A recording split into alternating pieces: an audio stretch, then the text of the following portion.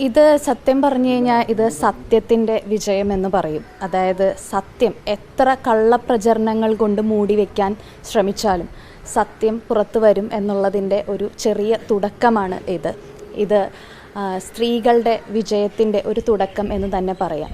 അതിജീവിതകൾ നേരിട്ടിട്ടുള്ള ക്രൂരപീഡനത്തിന് അവർക്ക് കിട്ടുന്ന ഒരു നീതിയുടെ തുടക്കം മാത്രമാണ് ഇത്.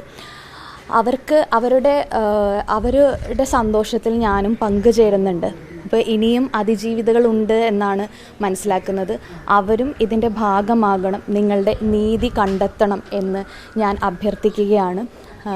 കൂടാതെ പാർട്ടിയോട് പറയാനുള്ളത്, ഇപ്പോഴാണെങ്കിലും സ്ത്രീപക്ഷമായി ഒരു നടപടി സ്വീകരിച്ചതിൽ ഒരുപാട് നന്ദിയുണ്ട്. ഒരുപാട് നന്ദിയുണ്ട്.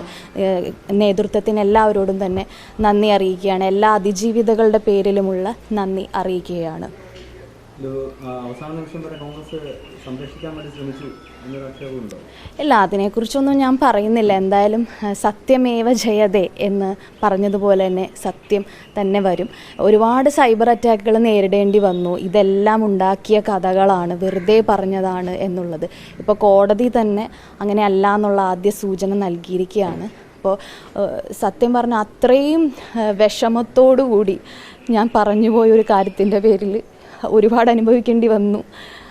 അത്രയും വിഷമമുണ്ട്. പക്ഷെ എൻ്റെ സഹോദരിമാർക്ക് നീതി കിട്ടുന്നതിൻ്റെ ഒരു കാരണമായി, ഒരു നിമിത്തമായി എന്നുള്ളതിൽ അത്യന്തം ആനന്ദമുണ്ട്, ചാരിതാർത്ഥ്യമുണ്ട്.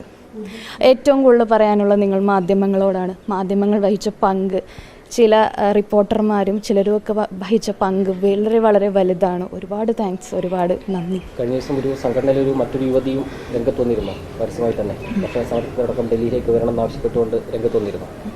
അപ്പോൾ അങ്ങനെ സംഘടനകത്തിന് ഒരു വട്ടം സ്ത്രീകൾ ഈ അനുഭവം നേരിട്ടിട്ടുണ്ട് രാഹുലിൽ നിന്ന്. അല്ല, അത് ആദ്യമേ തന്നെ ഞാൻ എല്ലാ കാര്യങ്ങളും പറഞ്ഞതാണല്ലോ. പലർക്കും പല പ്രശ്നങ്ങളും ഉണ്ടായിട്ടുണ്ട്. പലരും പറയാൻ മടിക്കുന്നതാണ്. ഞാൻ പറയുന്നത് അതിജീവിതകൾ ഇനിയും ഉണ്ട്.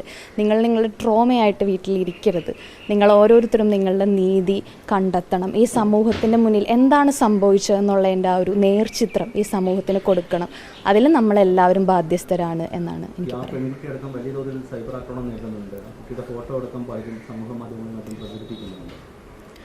അതെ, അതിപ്പോൾ അതിനും കർശന പോലീസിൻ്റെ ഇടപെടലുണ്ടായാലും അതും വലിയൊരു ആശ്വാസം തന്നെയാണ്. ഇനിയിപ്പോൾ ആ കുട്ടിയുടെ ഇതൊന്നും പുറത്തേക്ക് വിടാൻ ആരും തയ്യാറാവില്ല. ഇനിയിപ്പോൾ വേറെ കുട്ടികൾക്കാണെങ്കിലും ധൈര്യമായിട്ട് വരാം. കാരണം പോലീസിൻ്റെയും കോടതിയുടെയും മാധ്യമങ്ങളുടെയും ഈ സമൂഹത്തിൻ്റെ ഒക്കെ സംരക്ഷണം അവർക്കുണ്ട് എന്നുള്ളത് ഉറപ്പാണല്ലോ. അപ്പോൾ അതിലൊക്കെ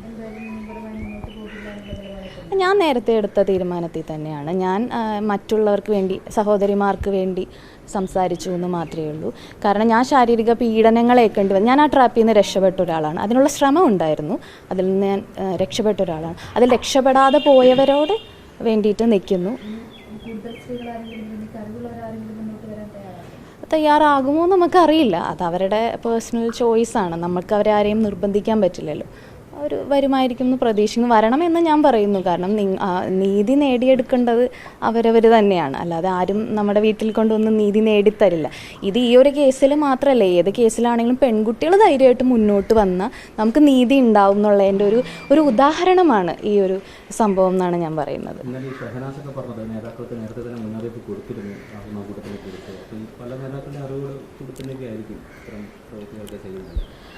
അത് ഞാൻ ഓൾറെഡി പറഞ്ഞ കാര്യമാണ്. നമ്മൾ പല സ്ഥലത്തും പറഞ്ഞതാണ് ഇതൊക്കെ. പേരുകൾ ഞാൻ എടുത്ത് പറയുന്നില്ല. പേരുകൾ എടുത്ത് പറഞ്ഞാൽ അവരുടെയും കൂടി രാഷ്ട്രീയ ഭാവിയെ അത് ബാധിക്കും. ഞാനായിട്ട് ആരുടെയും രാഷ്ട്രീയ ഭാവി തൊലയ്ക്കാൻ ഉദ്ദേശിക്കുന്നില്ല. അതുകൊണ്ട് ഞാനായിട്ട് പറയുന്നില്ല. പക്ഷേ ഈ ഷഹനാസൊക്കെ പറഞ്ഞ ആ വ്യക്തികളൊക്കെ തന്നെയാണ് ഇതിൻ്റെയൊക്കെ ഇതെന്ന് നമുക്ക് പറയാൻ കഴിയും.